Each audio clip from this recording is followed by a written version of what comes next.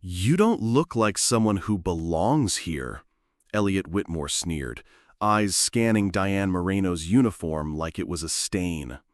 The ballroom at the Bellhurst Foundation's annual fundraiser sparkled with crystal and privilege, until Diane walked in, balancing a tray of champagne flutes.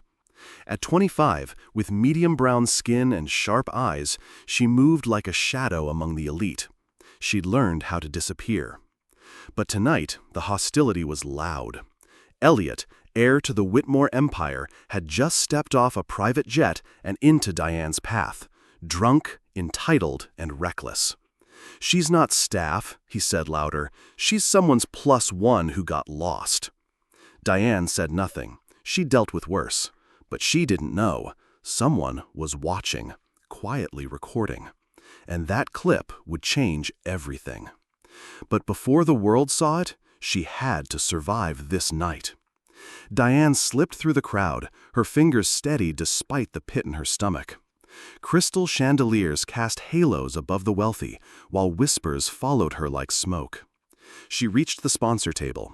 Elliot was still there, arms spread, basking in attention. "You again?" he scoffed. "What is it now, refills or a dance?"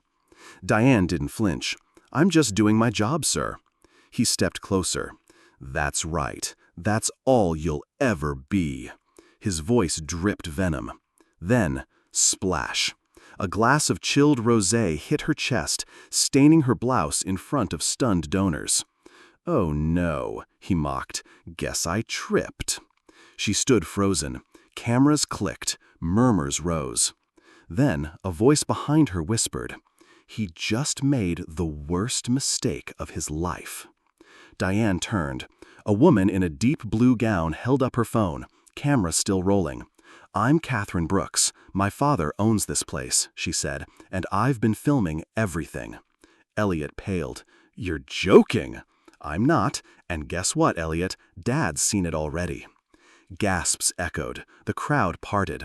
From the balcony above, a tall man stepped forward. Leon Brooks, CEO of Whitmore Holdings.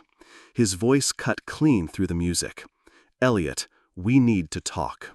The music stopped. Leon descended the stairs, his gaze fixed on Diane. "Miss Moreno," he said softly, "I owe you an apology. You were treated like nothing, but that ends now." Diane's breath caught. In 60 seconds, everything had shifted. Leon turned to the crowd. "I see too many smiles that didn't flinch when she was humiliated." His voice was calm, but sharp. "You think silence isn't complicity? Tonight, let's fix that." He looked at Diane. "You work in hospitality?" "I do," she replied, her voice quiet but steady. "And I've worked hard to be invisible." Leon nodded. "Not anymore." He turned to the PR director. "Clean this mess up. Start with our training culture. And put Miss Moreno on the redesigned committee." Elliot scoffed. "You're joking? She's a waitress." Leon didn't even glance at him. "And she has more dignity in her silence than you've shown in your name." Catherine stepped beside Diane. "Ready to help us change this place?" Diane nodded. "Not to be part of it, but to fix it." Weeks later, the Bellhurst Grand wasn't the same. The chandeliers still gleamed, but now they lit training sessions on inclusion and empathy. And at the front of the room stood Diane Moreno. No longer in a uniform, no longer silent. She adjusted her name badge. Training Director, Diane Moreno. A subtle smile touched her lips as she welcomed new staff, some of whom had once ignored her. Elliot? He was absent. His family sent him abroad for reflection. After the session, Catherine handed Diane a photo. The moment Diane stood with wine dripping from her blouse, but head held high. "I kept this," Catherine said, "to remember the moment everything changed." Diane studied the image. "I didn't stay to fight back," she whispered. "I stayed to rebuild it right." Thanks for watching this video. Diane Moreno's story reminds us that power isn't always loud. Sometimes it's a woman standing tall in silence. Even when soaked in shame, she chose to reshape the system, not just survive it. What would you do if someone filmed your hardest moment?